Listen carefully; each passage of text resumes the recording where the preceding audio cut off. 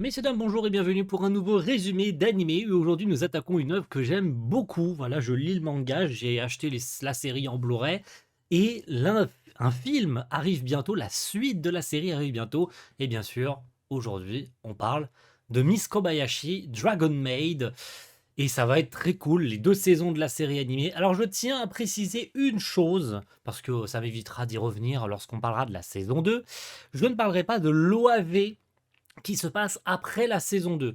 Il est, et je peux le certifier, lisant le manga, ou en tout cas avec la sortie qui est maintenant suspendue malheureusement, le passage avec, vous savez, Chloé qui vient des États-Unis et qui vient passer une journée au Japon est canon au manga. Cependant, ils ne l'ont pas comptabilisé parmi les épisodes de la série et il a été réalisé en tant qu'OAV. Donc, je ne vois pas la nécessité de le raconter sachant qu'il n'est pas dans la continuité de la série. Techniquement, il l'est en fait. Faut savoir que c'est canon au manga, mais dans la série animée, ça a été comptabilisé comme un OAV. Voilà. Donc vous ne verrez pas cet OAV dans cette vidéo. Je parlerai uniquement des 13 épisodes de la saison 1 et des 12 épisodes de la saison 2. C'est une série que j'apprécie beaucoup. KyoAni, c'est un de mes studios de cœur. Hein. De toute façon, vous savez tous ce qui s'est passé avec KyoAni, et puis que c'est l'un des studios les plus sains de la Japanimation, et qui font du merveilleux travail. Et bien sûr, rendons hommage de manière globale à Yasuhiro Takemoto, qui a réalisé la première saison. Paix à son âme, bien sûr, et à Tatsuya Ishihara, qui a pris le relais sur la saison 2, bien que les 3 premiers épisodes étaient réalisés déjà d'avance, hein, la production avait avancé avant le drame, mais bien sûr, on rend hommage à toutes les personnes chez KyoAni qui, en 2019, nous ont quittés lors de ce tragique incident. En tout cas, passez une bonne vidéo. J'ai beaucoup apprécié revoir Kobayashi pour vous le résumer, parce que y a le film qui arrive et qui a été acquis par Crunchyroll. Donc c'est l'occasion, si avant la fin de l'année le film arrive chez nous au cinéma, et de pouvoir en profiter, d'avoir un résumé de la série. C'est quand même pas mal, hein, c'est un peu le but aussi. Donc, bonne vidéo à tous, et à la prochaine. Ciao, bye.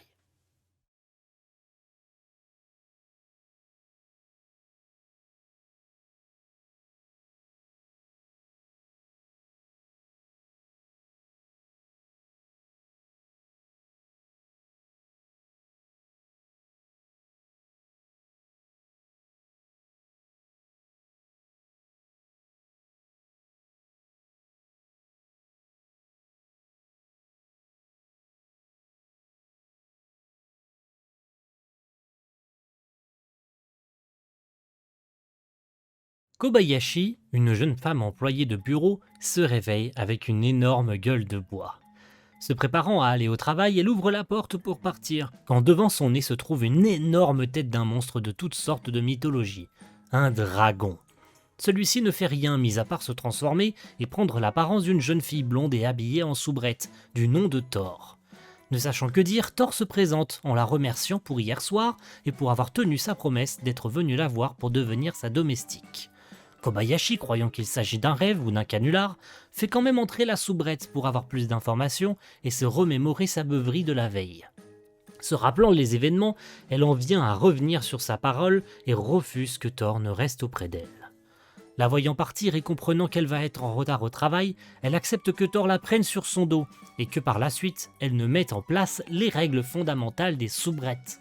En gros, tout ce que Thor ignore. Entre faire la lessive, ne pas détruire l'appartement, s'intégrer à ce monde qu'elle considère comme inférieur à sa race de destructeurs et défendre le foyer de Kobayashi contre des cambrioleurs, Thor a du travail devant elle. Rentrant du travail un soir, Takiya, un collègue de Kobayashi, l'invite à boire un verre avant qu'il ne soit surpris à la sortie du bâtiment par Thor qui les attendait. Se présentant comme une parente éloignée, pour éviter tout soupçon, c'est une soirée de plus où Kobayashi va forcer sur la bibine et que Takiya ne joue le jeu avant que Thor ne finisse la soirée complètement nu. En rentrant, ce sera au tour de celui-ci d'apprendre la vraie nature de Thor. Mais il ne fera finalement comme si de rien n'était. Dites-vous qu'on est qu'au début de la série et ce ne sera malheureusement pas la dernière fois que Thor et les autres dragons que nous découvrirons par la suite feront ce genre de situation un peu rocambolesque dans laquelle ils grillent leur couverture en fait. C'est à la fois et drôle parce que pourquoi en fait elles dévoilent leur identité comme ça, et surtout que Takiya s'en fout en fait. Il fait genre Ah, j'ai pas compris. C'est trop drôle, moi j'adore. Kobayashi, voyant que Thor ne change jamais de vêtements, finit par lui offrir une tenue, signe du premier cadeau que reçoit Thor dans ce nouveau monde et cette nouvelle vie. C'est serré dans ce petit lit que la dragonne, qui n'est pourtant pas dans l'obligation de dormir, fera un terrible cauchemar, lui rappelant comment elle en est venue à arriver dans ce monde, blessée mortellement dans son combat contre les dieux. Malgré tout, cette blessure ne lui faisant aujourd'hui plus mal, elle peut s'endormir paisiblement. Départ en course pour les deux jeunes femmes, après que Thor a carbonisé l'appartement une fois de plus. À la surprise de Kobayashi, la dragonne semble s'être plutôt bien intégrée à ce monde et s'est même fait connaître de tous les commerçants du marché. Faisant leurs emplettes, un homme vole un sac avant que Thor ne soit autorisé à l'arrêter.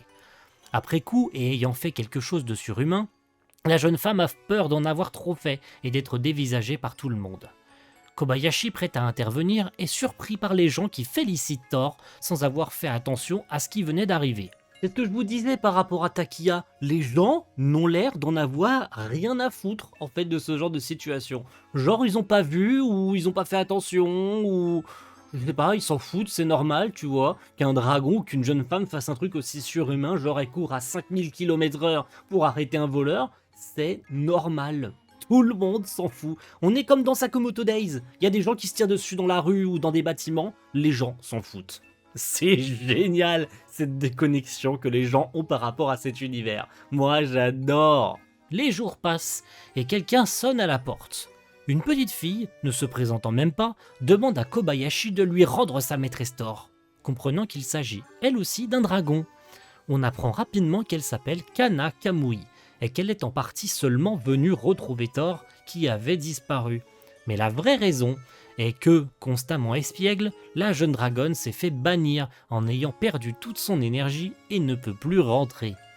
Kobayashi, dans sa gentillesse incarnée, lui propose de rester vivre avec elle et Thor, comprenant qu'elle n'est encore en réalité qu'une enfant ayant fait une bêtise. Kana veut s'amuser et se dépenser. Pour ça, rien de mieux qu'un espace ouvert et une grande plaine.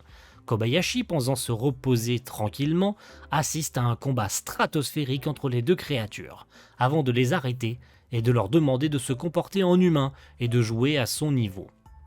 Pendant que Kobayashi est au travail, Thor va montrer à Kana les différents lieux et choses que l'on peut faire dans ce monde. La petite cherchera une fois de plus à comprendre pourquoi sa maîtresse s'est rendue dans ce monde si paisible et peuplé seulement d'humains, ce à quoi Thor lui répondra avoir trouvé une certaine tranquillité, de quoi recommencer sa vie à zéro et surtout d'avoir trouvé l'amour. Sous le soleil couchant, les deux dragonnes iront voir où Kobayashi travaille avant de se faire griller par cette dernière, et que la journée ne se termine.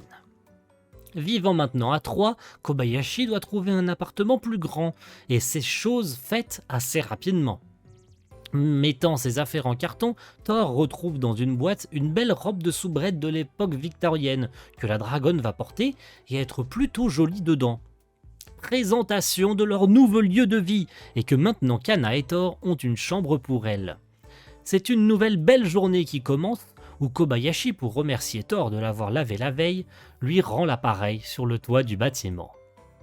Qui dit nouveau bâtiment, dit nouveau voisin, et Kobayashi n'arrive pas à se reposer à cause du bruit insupportable toute la journée.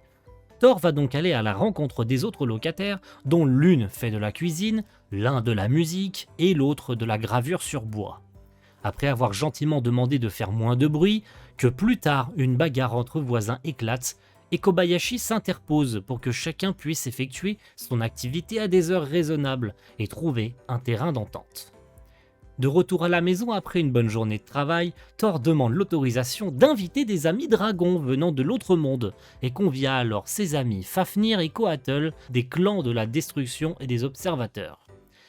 Ils vont tous plus ou moins passer une bonne soirée et discuter du passé, tandis que Fafnir va s'intéresser aux jeux vidéo de Takia.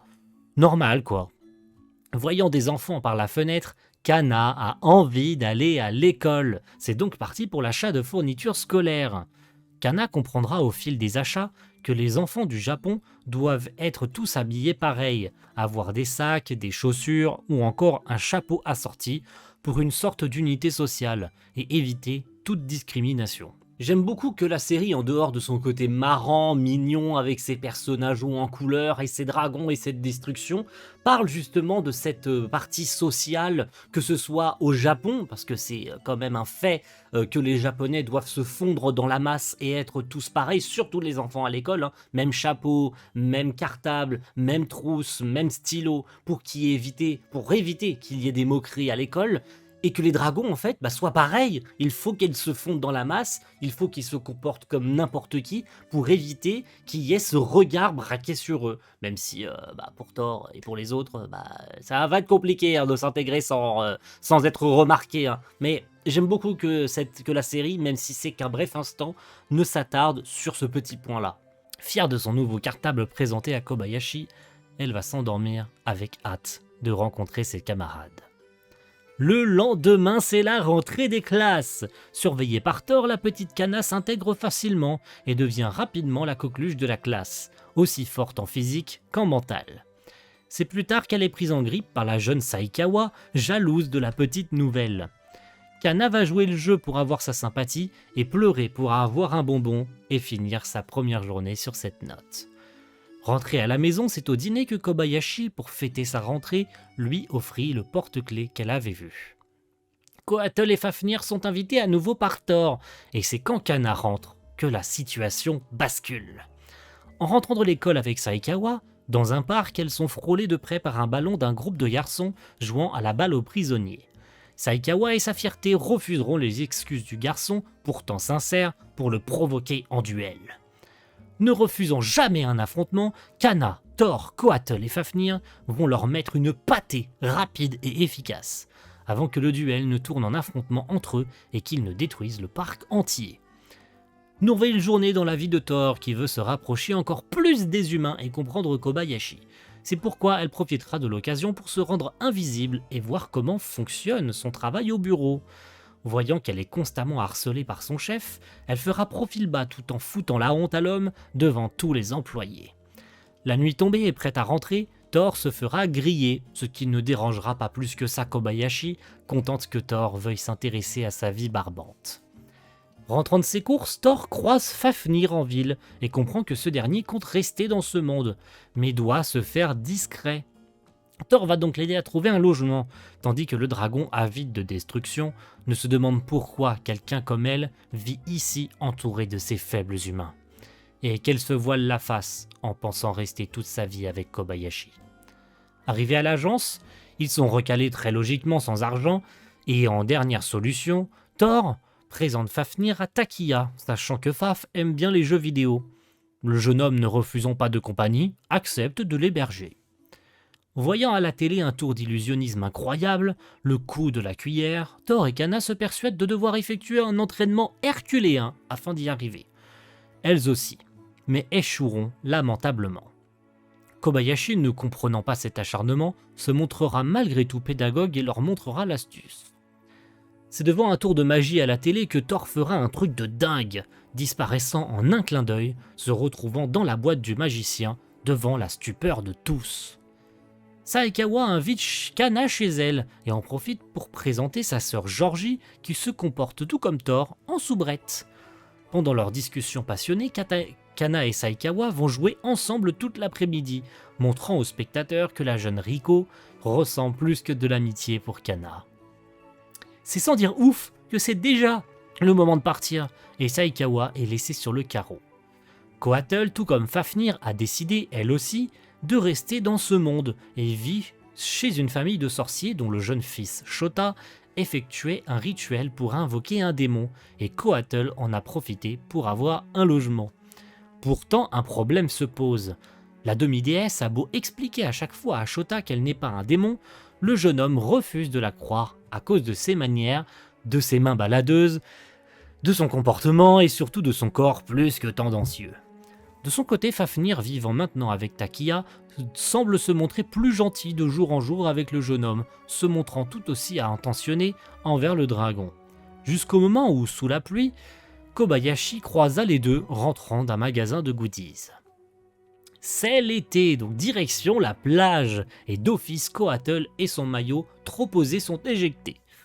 Chacun s'amuse à sa façon, et notamment à la façon japonaise, avant que Thor ne demande à Kobayashi pourquoi elle ne profite pas de ce moment. Ce à quoi elle lui répondit ne pas être habituée à ce genre de sortie familiale, nous mettant en perspective qu'elle-même n'est pas si proche de ses parents. C'est dans une petite balade à dos de dragon que le soleil se couche lentement, et que chacun rentre chez soi. Dans la soirée, pour faire plaisir à Kana et Thor, Kobayashi acheta des feux d'artifice qui se montra bien peu convaincant pour les deux dragons, ce à quoi Thor répliqua en balançant une énorme flamme très jolie. Qui dit été également dit comiquette pour les otaku, et Kobayashi a promis d'aider Takiya sur son stand. Thor découvre donc les joies des conventions et il croise par hasard des gens costumés bizarrement, en réalité des habitants de l'autre monde qui profitent de ce genre d'événement pour passer une journée dans leur apparence d'origine en toute discrétion, et qui fuiront en apprenant que Thor est un dragon. C'est après une approbation de Kobayashi que Thor peut faire apparaître ses ailes et sa queue, et qu'elle n'attire les photographes par sa beauté. C'est sur cette belle note, et Kana cherchant un sujet d'étude pour ses devoirs, que la journée se clôture. Pour l'école, Kana a besoin d'un bento, et elle veut que Kobayashi le lui prépare en tant que parent. Thor, qui n'a pas sa langue dans sa poche, jette une pique qui ne plaira pas à la jeune femme, qui la provoquera en duel culinaire. Jugé par Kana, Koatl et Fafnir, il s'agira de préparer le meilleur bento possible. Chacune va gagner des manches à tour de rôle avant que Thor ne gagne en trichant, ayant ramené un produit de l'autre monde. En pleine soirée et dans le calme, la moitié de l'appartement est pulvérisée par l'arrivée d'un nouveau dragon, se nommant Elma. Partisane de l'harmonie, elle cherchait désespérément Thor pour la ramener, ce que cette dernière refusera catégoriquement. Agacé par la jeune dragonne, Kobayashi lui fera remarquer que son arrivée est quand même brutale pour quelqu'un de pacifiste. Thor, pressé d'en finir, ouvrit un portail vers la plaine de la dernière fois et le referma une fois Elma de l'autre côté. Quelques jours passèrent où elle revint à la charge, complètement épuisée et affamée. Après lui avoir offert un paquet de brioches, elle lâcha l'affaire pour aujourd'hui, mais ne compta pas renoncer à un duel contre Thor, et compte bien vivre ici, dans ce monde. Ni une ni deux, Kobayashi l'accueillit dans son entreprise pour faire du code, et rapidement la dragonne s'intégra, et se vit même offrir une croquette, ce qui aura le don d'agacer particulièrement Thor, que Kobayashi finit par calmer par une caresse sur la tête. C'est bientôt le festival sportif pour Kana, qui veut absolument que Kobayashi vienne, mais la pauvre est totalement HS à cause de son travail et est en pleine période de charge. Déçue par son refus, la petite alla bouder, tandis que Thor expliqua à Kobayashi que pour la première fois, Kana avait trouvé un cocon familial et une personne sur qui se reposer. J'aime beaucoup cette scène pour plusieurs raisons. Déjà parce que Kana fait un petit peu la petite fille déçue et qui boude parce que sa maman ne vient pas la voir et ne peut pas venir la voir pour le festival sportif. Mais ça nous met aussi en préambule beaucoup de choses concernant Kana qui n'arriveront que beaucoup plus tard dans la série et hashtag dans le film, puisque vous savez que le film est dédié à Kana. Donc c'est petit à petit qu'on applique la crème et qu'on met en place la relation fusionnelle, la relation spéciale que va avoir Kobayashi et Kana, toutes les deux différentes de Thor, certes, mais tout aussi mignonnes, tout aussi touchantes, parce que Kana est plus jeune et parce qu'elle fait un peu petite fille de 6-7 ans qui a besoin d'une figure maternelle, qui n'a jamais eu cette figure du parent présent et qui s'attache à elle, et ça, j'adore énormément et ça met du baume au cœur, très honnêtement. À partir de là, chacun va vaquer à ses occupations, avant que Kana, curieuse de voir Kobayashi au travail, ne la regarde camouflée par le sort de Thor. En rentrant à la maison, Kana alla s'excuser et lui dit que ce n'est finalement pas si grave si elle ne peut pas venir. Malgré tout, Kobayashi avait déjà pris la décision de faire des heures supplémentaires pour se libérer le jour J. C'est ainsi qu'un soir, elle annonça à Kana avoir vaincu Hadès et pouvoir être présente pour elle. Jour de fête du sport et la classe de Kana s'en sort plutôt pas mal avec les lubies bizarres de Saikawa qui font le show. Et c'est déjà le moment de la dernière épreuve, la course de relais. Et c'est après l'erreur de Saikawa que Kana rattrape tous les autres et remporte la course dans un final tout en émotion. C'est bientôt Noël et le centre commercial doit, comme chaque année, avec le comité des commerçants, faire un spectacle pour les personnes âgées, mais l'un d'entre eux s'est blessé et propose à Thor de le faire à sa place. Elle réunit donc tout le comité des dragons et des enfants, dont Saekawa et Shota, pour trouver une idée. Rapidement, ils se mettent d'accord pour faire l'adaptation de la triste histoire de la petite fille aux allumettes, et que Kana soit choisi pour le rôle principal. Après une longue et périlleuse préparation où Kana fait aussi tout pour avoir ses cadeaux auprès du Père Noël, le spectacle commence. Finalement, il n'avait rien à voir avec le petite fille aux allumettes, mais tout le monde a adoré cette mise en scène rocambolesque. Et la soirée se finit en beauté par Kobayashi offrant son cadeau de Noël à Thor et tentant de le donner à Kana, sans succès malheureusement. Après Noël, c'est bientôt la nouvelle année, et tout le monde est en mode repos. Sauf pour Thor qui se fait appeler toutes les 5 minutes à la porte à cause des voisins. Finalement, dans la soirée, ils se retrouvent tous pour aller prier au temple et que les filles, excepté Kobayashi, soient dans leur beau yukata, pour profiter de la dernière soirée de l'année et y déposer leurs vœux. Faisant froid, Thor invite tout le groupe à la maison pour finalement profiter d'un bon repas et quelques heures plus tard du premier lever de soleil de l'année sur le toit, signe d'une nouvelle année qui commence. Nouvelle journée paisible pour Thor qui effectue ses tâches habituelles de domestique avant que Kobayashi ne se remémore le passé et sa première rencontre avec Thor dans les montagnes, permettant aux spectateurs de mieux comprendre comment était la dragonne blessée et surtout comment elle en est venue à être si proche de Kobayashi. Rentrant à la maison, Kobayashi veut en savoir plus sur le passé de Thor et sur ce qui l'a poussé à devenir domestique. Cette dernière va donc lui raconter avoir rencontré une jeune fille dans des ruines où elle voulait se reposer et avoir été à ses côtés pendant plusieurs jours. La jeune fille, qui n'aura pas si peur de la dragonne, lui expliquera son souhait de traverser les montagnes et d'y avoir une nouvelle vie en tant que domestique, ce qui va frapper le dragon du chaos. Durant une journée semblant au premier abord normale et où chacun fait ses petites activités, Thor, en train de faire ses courses habituelles au marché, est frappé de plein fouet par la réalité qu'elle refuse a priori de reconnaître. Celle qu'en tant que dragon, elle vivra beaucoup plus longtemps que Kobayashi, et qu'un jour ou d'autre, elles devront se dire adieu. Malgré tout, elle refuse de s'y confronter et ressent une présence lourde, celle de son père, le seigneur du chaos. Celui-ci va ordonner à Thor de rentrer immédiatement, ce que celle-ci va faire sans résistance. Kana, l'ayant vu, rentre pour annoncer la nouvelle à Kobayashi, qui ne montrera qu'une façade triste, sans pour autant verser une larme. Les jours vont passer, et Kobayashi se relâcha petit à petit, commençant à comprendre que sa vie sans Thor redevient triste et morose. C'est à la première lueur du soleil qu'un beau jour, on frappa à sa porte, derrière laquelle se trouvait Thor, qui était revenu.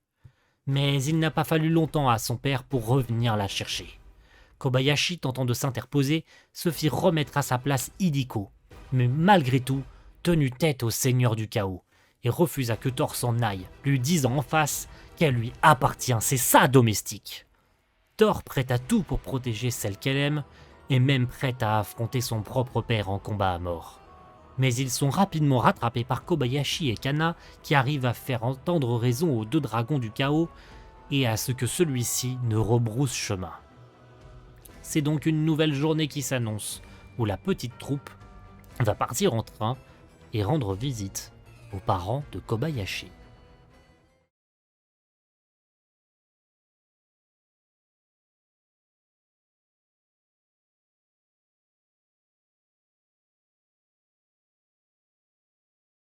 Thor commence à trouver sa vie de domestique ennuyeuse et cherche un travail avant de trouver un poste dans un maid café. Kobayashi et Kana, curieuses de voir comment elle s'en sort, vont la voir et il s'avère qu'elle est devenue la chef de toutes les maids, allant faire toutes les tâches du service à la cuisine.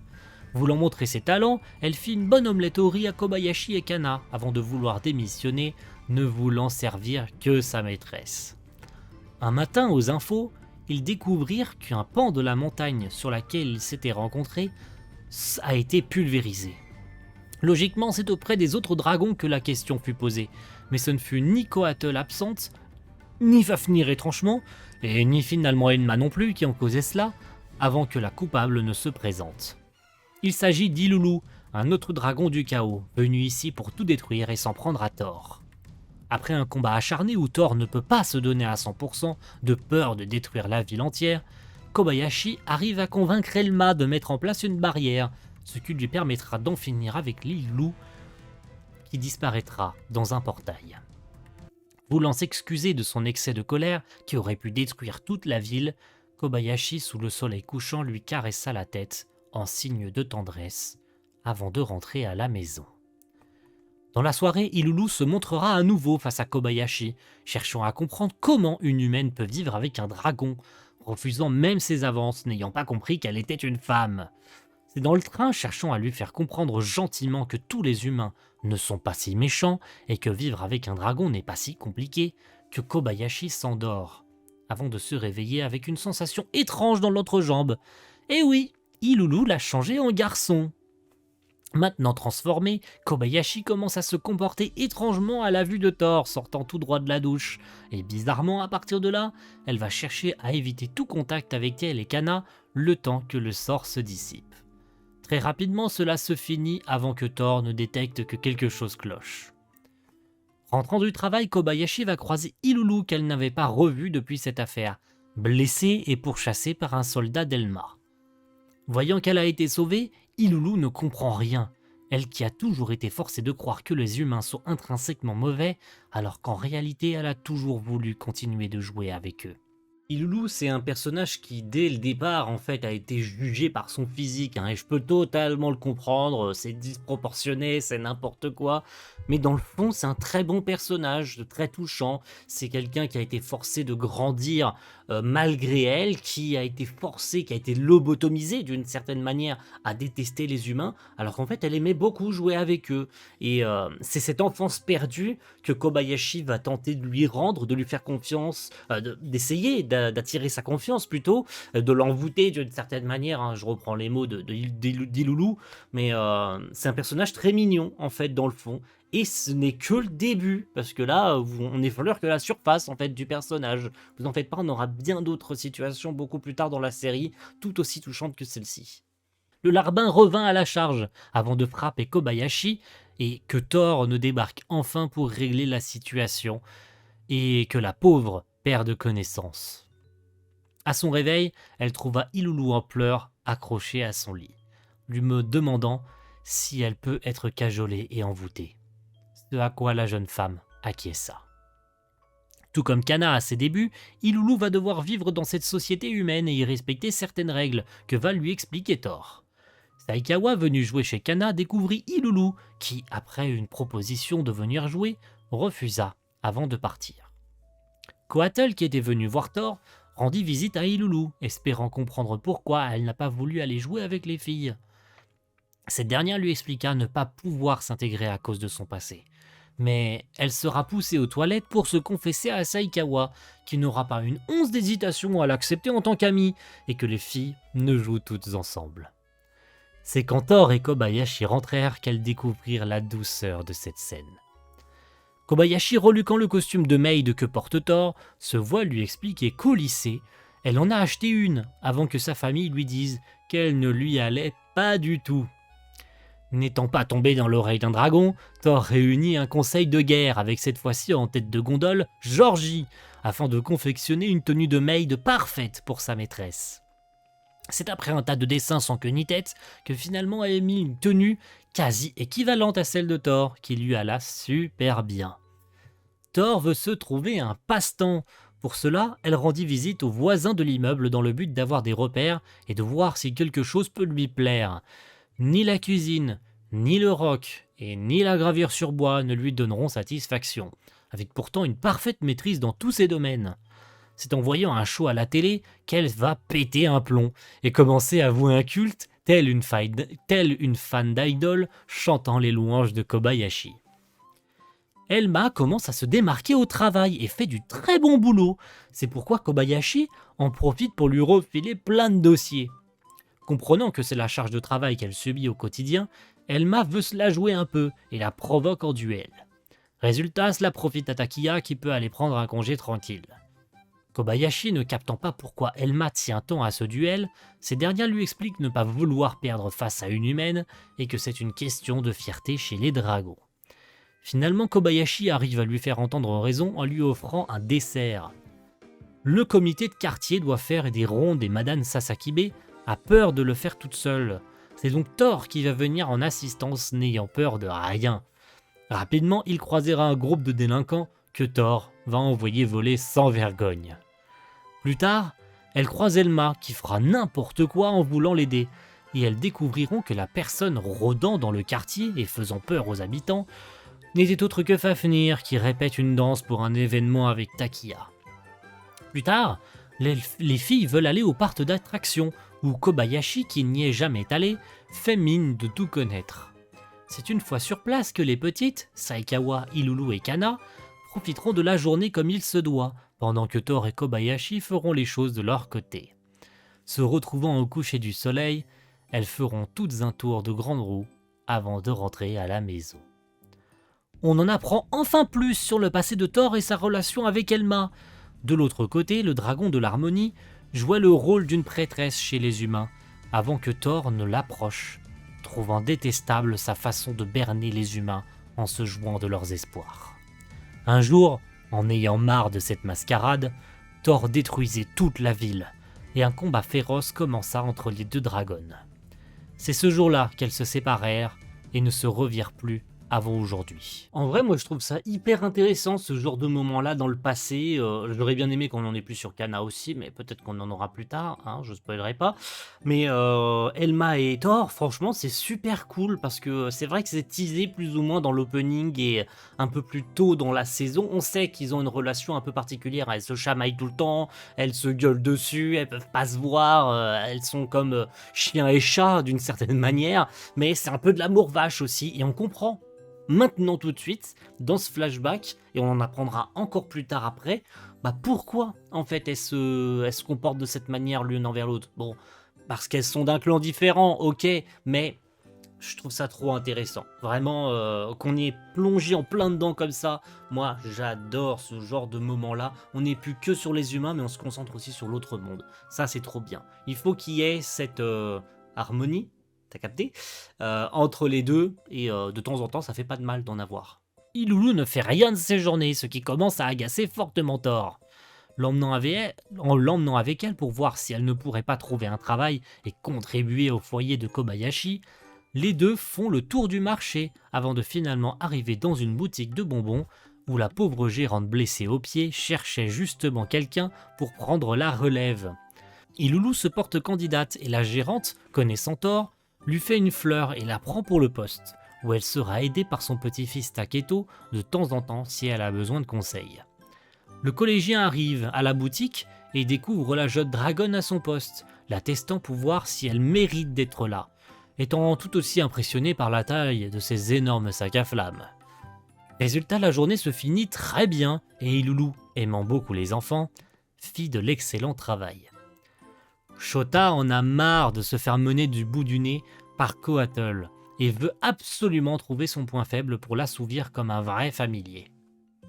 Il cherchera des conseils auprès de Kobayashi et Thor qui ne lui donneront pas plus d'indices qu'il n'en espérait. Il se tourna finalement vers Takia pour espérer être un mec cool, en échange de quoi Takia a besoin d'un moyen pour que Fafnir le respecte et respecte sa vie privée pour faire attention à ses parents. Shota lui donnera finalement un orbe magique qu'il filera directement au dragon qui, par une étrange gentillesse, se pliera à sa demande une fois son item obtenu dans son jeu. Des élèves de la classe de Kana sont allés sur le lieu où la rivière se rejoigne, et comme d'habitude, Saikawa en rajoute une couche, promettant qu'elle s'y rendra avec Kana, elle aussi. C'est donc une journée de sortie pour les deux jeunes filles qui vont faire tout le chemin, y croiser Elma qui ne s'était pas camouflée, mais dont la situation sera sauvée par Kana et arriver sans encombre sur les lieux et prendre leurs preuves en photo. Après l'échec des ventes de son premier livre au Comiquette, Fafnir veut écrire un volume 2 et demande de l'aide à Coatl. Celle-ci va accepter de jouer le rôle de mannequin pour son livre des malédictions et faire toutes sortes de positions bizarres qui rendront le dragon ronchon, cette fois-ci, fier de lui. Malheureusement, ce sera un échec de plus, là où le livre d'illustration osé de Coatl se vendra comme des petits pains. Le week-end passe à vitesse grand V, quand tout le monde, y compris Kobayashi, traîne au lit jusqu'au soir, forçant Thor à faire un tour seul et dire à Kobayashi que depuis qu'elle vit dans ce monde, elle dort plus souvent. Kana et ses camarades de classe veulent découvrir les secrets que recèle l'école et partent en excursion. Petit à petit, les mystères se dissipent, jusqu'au moment où le fameux bruit de la fenêtre qui grince n'était en fait qu'une fée qui se cachait, ne sachant pas comment retourner dans l'autre monde. Shota veut montrer ses progrès de mage à son père en lui fabriquant un artefact magique, mais échoue à de multiples reprises. Inquiète pour lui, Kohatol ne sait pas quoi faire pour l'aider, mais le jeune garçon finit par y arriver avec brio, après quelques conseils. Kobayashi est malade, et Thor doit rester auprès d'elle sans savoir que faire. Après quelques conseils, elle resta simplement au pied de son lit, voyant son état s'aggraver et sa panique monter. Ayant connu des épidémies dans l'autre monde, elle prit peur que sa maîtresse meure, elle aussi, d'un grave mal. Pour l'aider, elle partit dans l'autre monde afin d'y trouver un remède. Quelques heures passèrent où finalement, la fièvre de Kobayashi baissa, mais c'était déjà trop tard et Thor revint en trombe et essoufflé. Kobayashi, ne voulant pas lui faire de peine, prit le médicament à l'effet inconnu, qui la transformera en chat. Dans la boutique de bonbons, quelqu'un semble avoir oublié sa poupée et Ilulu veut retrouver sa propriétaire. La jeune dragonne refuse de croire qu'elle a été abandonnée, se rappelant des regrets du passé et d'une poupée qu'on lui avait offerte. La pluie tombant et effaçant toute trace et odeur, c'est en pleurant sous le parapluie de Take qu'après un peu de recherche, Kobayashi retrouva la propriétaire, qui se vit rendre la poupée après le regret de l'avoir laissée, ce qui raviva le cœur d'Ilulu, très heureuse pour la jeune fille. Elma en a marre des conditions de travail dans l'entreprise et veut que les choses changent. Se renseignant et créant des documents de plus en plus gros pour convaincre le patron de faire quelque chose, elle va entraîner Kobayashi et Takiya dans ses bêtises. Finalement, et peu importe le temps qui va passer, malgré des arguments de plus en plus précis et béton, rien ne prendra pour le patron. Le week-end venu, Kana, envoyé par Thor, demande à Elma de les emmener, elle, Shota et Saikawa, dans les montagnes afin de faire un peu de camping et de la pêche, ce que la dragonne acceptera pour faire rabattre son caquet à Thor. Une fois au bord de la rivière et après avoir bien mangé, les enfants vont échapper à la vigilance d'Elma et s'enfoncer dans la forêt. C'est rapidement qu'Elma se rendra compte les avoir perdus de vue et va partir en courant les chercher, s'imaginant que Thor lui criait dessus. C'est après être revenu au camp pour prévenir Elma que les enfants vont la voir au loin, pétant un boulard, et les engueulant d'être partis sans prévenir. Durant une journée semblant normale, Elma demande quelque chose à Fafnir, avant de venir chercher Thor. Se retrouvant dans la plaine, trouvant comme excuse un entraînement, les deux dragons vont se livrer à un combat explosif et de toute beauté qui est en réalité un règlement de compte pour Elma, qui veut mettre les choses à plat, de pouvoir enfin dire à celle qu'elle considérait comme sa meilleure amie qu'elle a eu peur pour elle le jour où elle a disparu. Elle qui détestait les humains et qui la retrouve aujourd'hui complètement changée. C'est ayant du mal à s'excuser qu'au bout d'un moment Thor exprime enfin des regrets et que le combat ne tourne au ridicule. Kana s'est pris la tête avec Kobayashi et a fugué jusqu'aux États-Unis et plus précisément à New York. Voulant s'amuser, elle finit par apprendre l'anglais et venir au secours d'une petite blonde nommée Chloé pour chasser par des ravisseurs. Ce sera une journée tranquille pour les deux jeunes filles jusqu'au moment où Chloé, ayant également fugué de chez elle, voudra rentrer. Finalement, elle n'en aura pas l'occasion, étant attrapée par une camionnette et emmenée de force.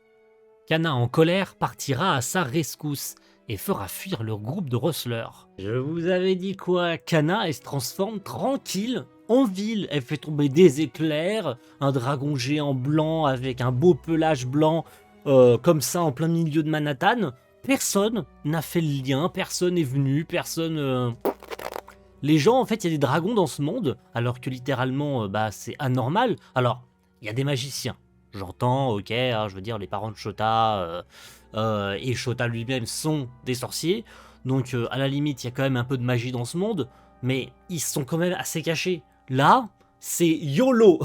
c'est c'est mignon, c'est mignon, mais c'est YOLO, c'est la fête du slip, hein. Tout le monde fait ce qu'il veut et Osef de rester caché, hein. Ramenant la petite chez elle dans le Minnesota et finira par rentrer au Japon pour s'excuser auprès d'une Kobayashi endormie. C'est l'été, il fait chaud, et après avoir fait tomber son verre sur son cahier d'école, Kobayashi et Kana partirent en balade pour l'après-midi. Se passionnant pour les bouches d'égout, elles seront obligées de s'abriter d'une averse, où Kana aura pu encore plus se rapprocher de sa nouvelle figure maternelle.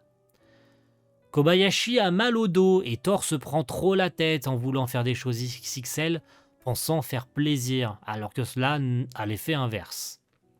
Il lui suffira de déposer sa queue et de la faire trembler pour combler sa maîtresse de joie et de soulagement. Au bureau, Kobayashi reçoit comme ordre de venir jusque chez le patron.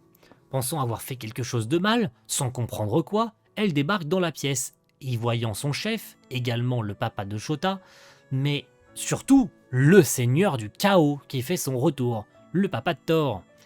Celui-ci va parler à Kobayashi de la naissance de sa fille et de ses responsabilités en tant que chef de la faction du chaos et de la guerre entre les dieux. Il expliquera avoir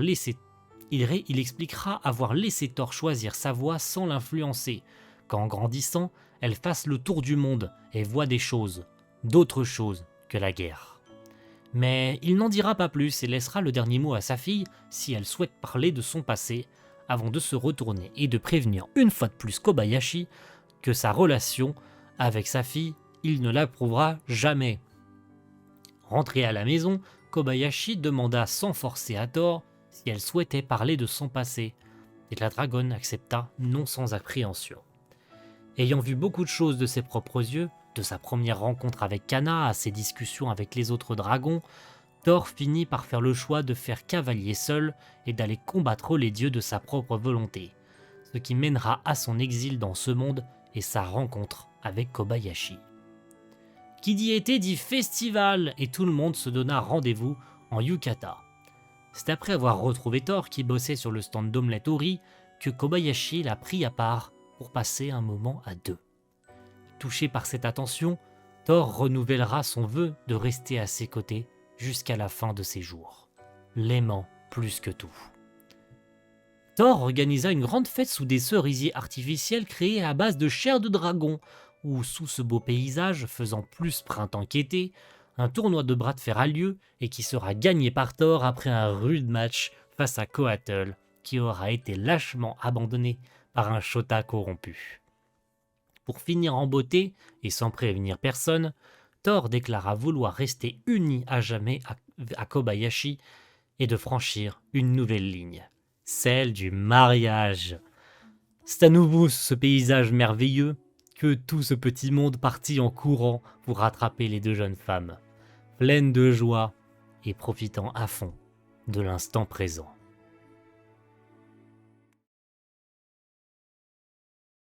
Merci à ceux et celles qui seront restés jusqu'au bout de cette vidéo pour cette petite outro, on va faire très rapide, hein. J'ai énormément kiffé écrire Kobayashi, je l'ai écrit très vite cette série, même si vous avez vu que je m'étale hein, quand même sur les détails, mais c'est toujours un vrai plaisir. Je le répète au cas où ça aurait été oublié au début de vidéo, et alors que c'est important hein, quand même, hein.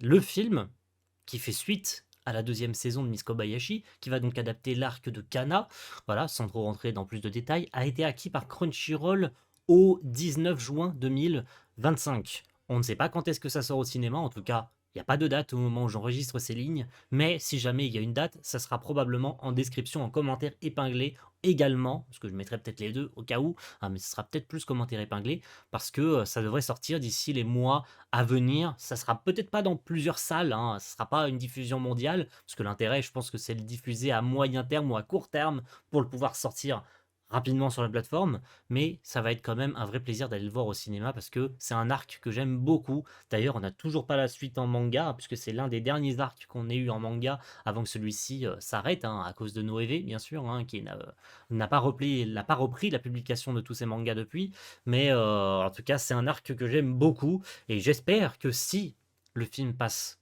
dans un de vos cinémas près de chez vous, vous irez le voir pour profiter pleinement au cinéma de cette suite de Kobayashi qu'on n'attendait plus, hein. On va être honnête, soit c'était une saison 3, soit c'était un film, et à la surprise, dans le live de Kyoto Animation, ça a été un film qui a été annoncé pour Kobayashi, donc c'était une excuse pour moi d'écrire ce résumé. En tout cas, merci à tous, et rendez-vous très vite pour un prochain résumé d'animé.